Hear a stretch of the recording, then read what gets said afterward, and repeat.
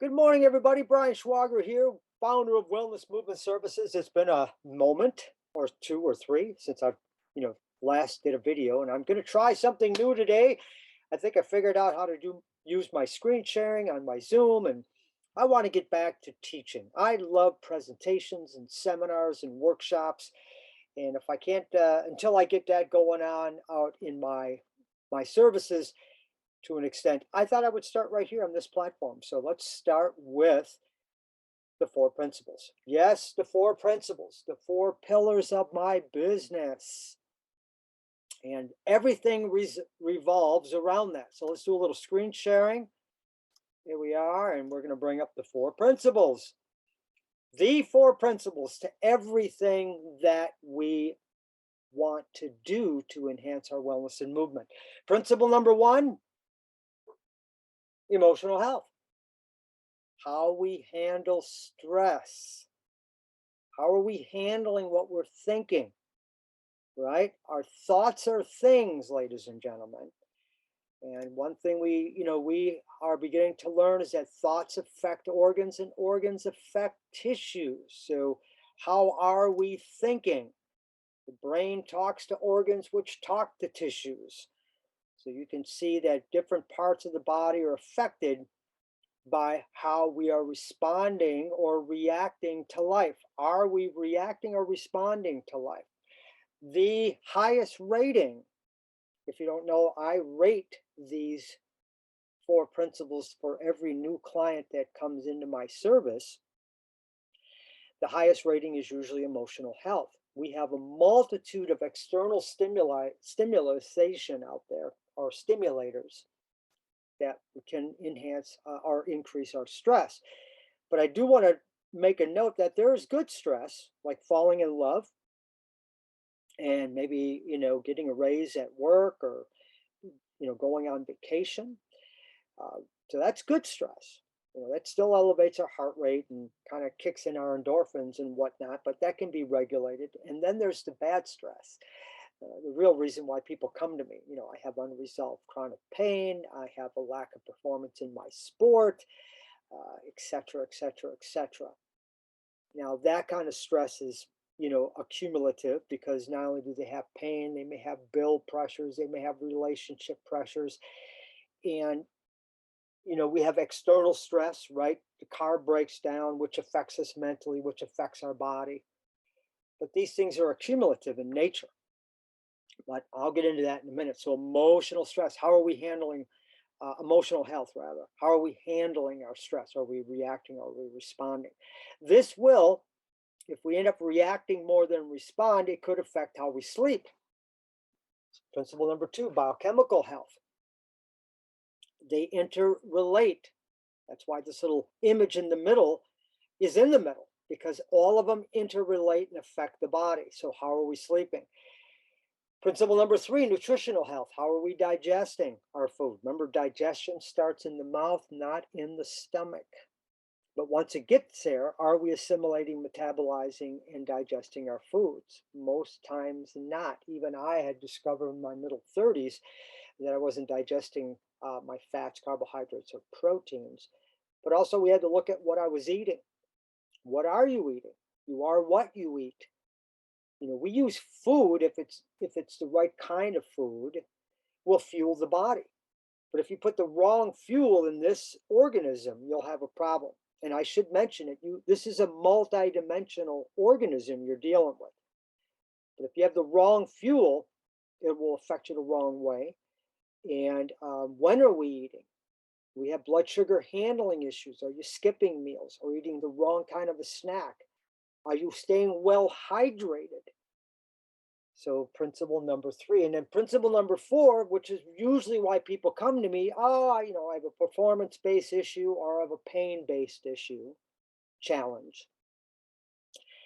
And I'll say, well, you don't have your performance-based issue or your pain in your back is a body problem, not just a performance problem. When I look at performance, I don't just look at how fast you can run, although my athletes will want to improve that, how high they can jump and how much they can lift.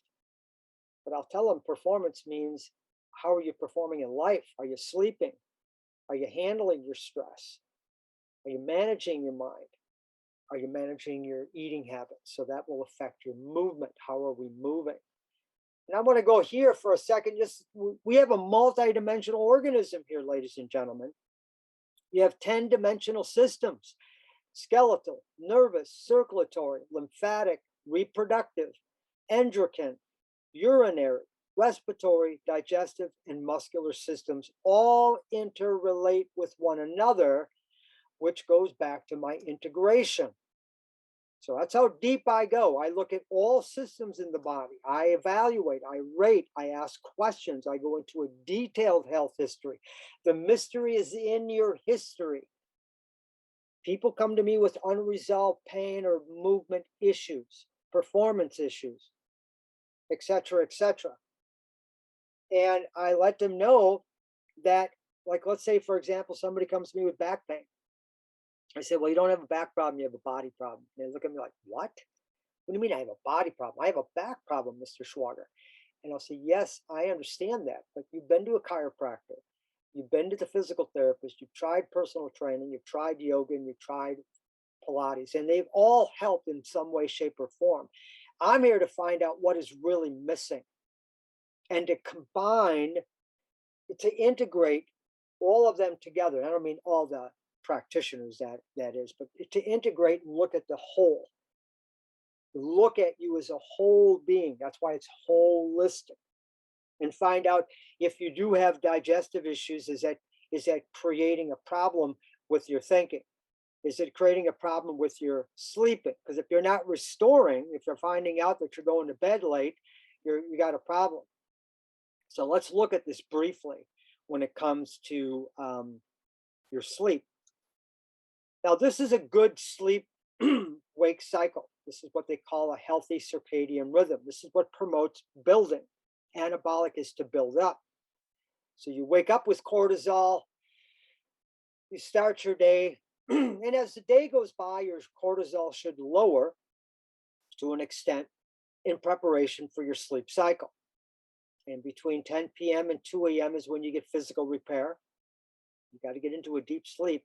And then your deepest sleep, 2 a.m. to 6 a.m., is when you're getting psychological repair. And this is usually the rating that I see coming in the door from a sleep perspective. So let's look at ratings for a minute. So here we have a high stress response. It's affecting your sleep cycle and their wake cycle. So they're not getting up with the sun and going to bed when the sun lowers their, let's just say they're in a catabolic response. So here's a rating.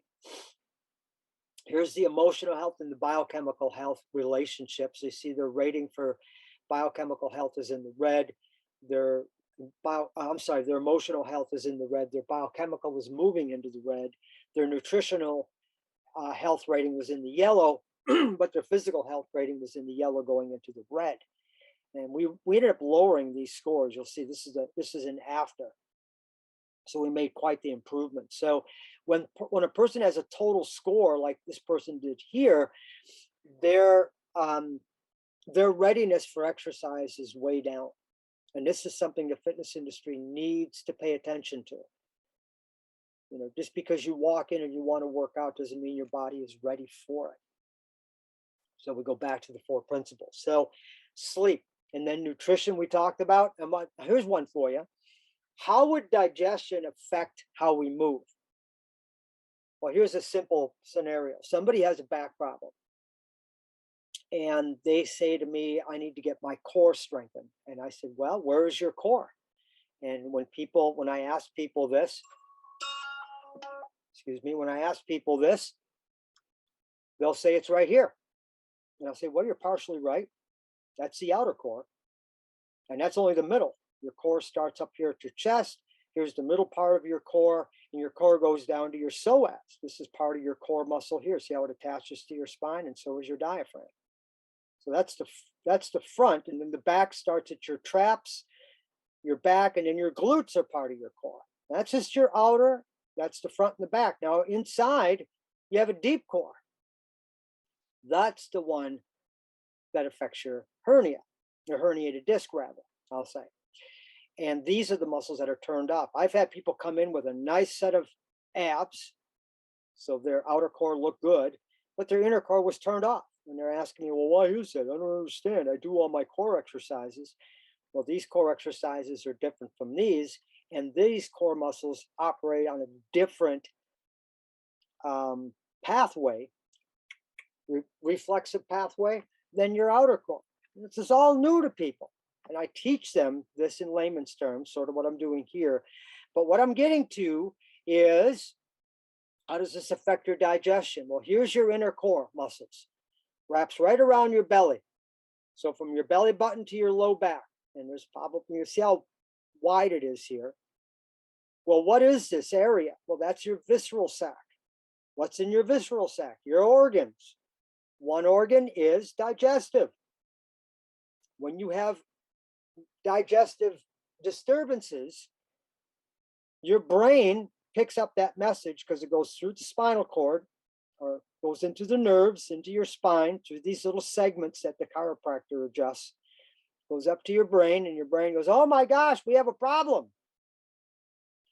The organ, and then the organ inhibits and turns off this muscle. Well, I tell my patients and my clients, your brain has two things to do when you have a digestive disturbance. What will it do? Will it protect the organ or will it protect this muscle? What's more important? And of course, they answer the digestion will override. So they'll produce more energy here and then shunt off the energy here, which then creates an instability in the spine. Wow, ladies and gentlemen, that's how digestion affects movement. And the other thing about a whole body approach is that in the spine, when we look at the spine, some people come in with a cervical problem. They have whiplash, or maybe they had a head injury. Like I've had a semi-professional athlete who now is a Navy SEAL who had some concussions. And the concussion in the brain was affecting how they were moving, because in your brain, you have a section of the brain that handles motor control. So if you have to walk, let's say you walk and you trip, but you catch yourself, that's a motor control reflex. That's what they call a righting reflex. But when your motor control system is malfunctioning, let's say there's a glitch, like when there's a glitch in the computer and you're clicking and nothing is working. Well, what we have is we have a motor control dysfunction, which will and also could affect, right, your core and will affect your movement. This is how deep I go. I'm telling you, I've had hundreds of cases come into me, and when I really got down to the crux of it, I can find out that there was an emotional stressor that was part of the cause. They have hormonal imbalances, they have a digestive imbalance, but they came to me with a movement problem. So they had a body problem. All right, so the four principles, the four pillars to life. And that is an overview. It just touches, it scratches the surface. So in my consulting process, I have two types of consultations. I have a wellness movement survey consultation, which is a little shorter than my wellness movement lifestyle comprehensive consultation. If you really want to get to the root cause, and I look at all of these by asking certain kinds of questions that will empower me to understand what and where this is coming from. And when I'm in doubt, right? Because my scope of practice is pretty deep, but I have my limitations, then I refer out. I refer out to a chiropractor. I refer out to someone that can help you with your emotional area. I refer out to a functional nutritionist that will also help balance out your hormones so that you can sleep better. But all of this is done by teaching you. You can give a man a fish and feed him for a day, or you can teach a man to fish and feed him for a lifetime. And that's what we need to do. We need to educate the public. They need to take control and take care of themselves. And they need an operating manual that's specific to them.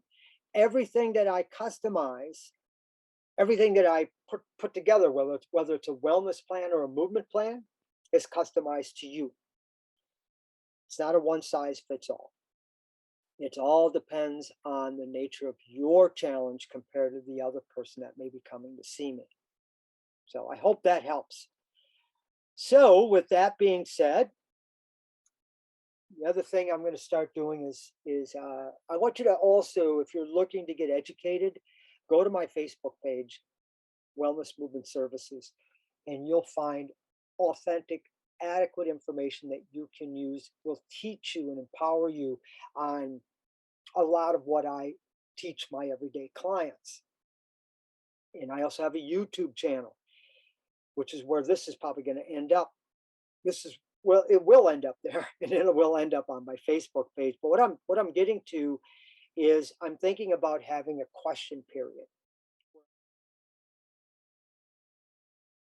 Ask a set of questions and you guys can respond either via email at info@wellnessmovementservices.com, or you can leave a comment. And that way I can maybe answer a few questions and point you in the right direction. And then that may lead to maybe you wanting to consult with me, but that's not the purpose. My purpose is, with all of what I teach, whether I work with you as a client or not, is to, so that you walk away with hope, that you walk away with empowerment, you take control of your health, take your life back.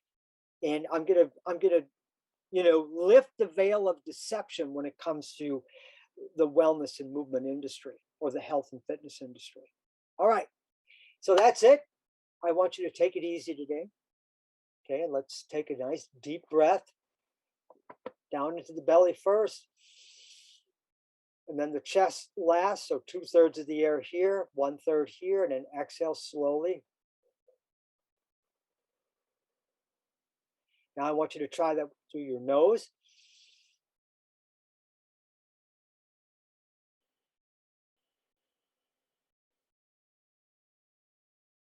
I want you to do that periodically throughout the day. You're waiting at a stop sign, you're waiting in line at the grocery store, you're feeling anxious, you're waiting at the doctor's office and feeling anxious. Take those deep breaths. And if you want, place your hand on your heart. We need to get out of our head into our heart. We need to increase the coherence between how our heart, which vibrates at a better frequency than even our thoughts, our heart thinks and feels. Obviously, you know that it feels. But channel that right here by putting your hand there. All right, enjoy your day. Be well. Bye for now. And I look forward to seeing you soon in more of these episodes.